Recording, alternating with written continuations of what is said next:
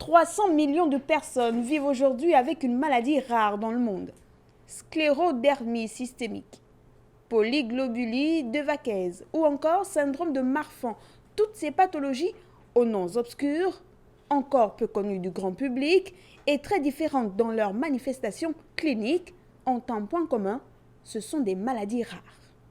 On appelle maladie rare toute maladie qui touche un faible pourcentage de la population.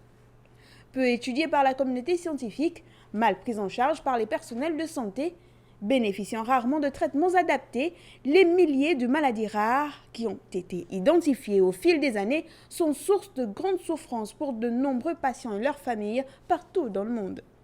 Un nombre restreint d'études épidémiologiques ayant été publiées à ce jour sur le sujet, et ne comptant que rarement sur des registres en population générale, il était toutefois difficile d'établir leur prévalence exacte. Heureusement, d'après des chiffres officiels récents, l'on apprend que 300 millions de personnes vivent aujourd'hui avec une maladie rare dans le monde. De tels chiffres sont nécessaires pour définir les priorités en matière de politique de santé et de recherche, connaître le poids sociétal de ces maladies, adapter la prise en charge des patients et de manière plus générale, promouvoir une vraie politique de santé publique sur les maladies rares.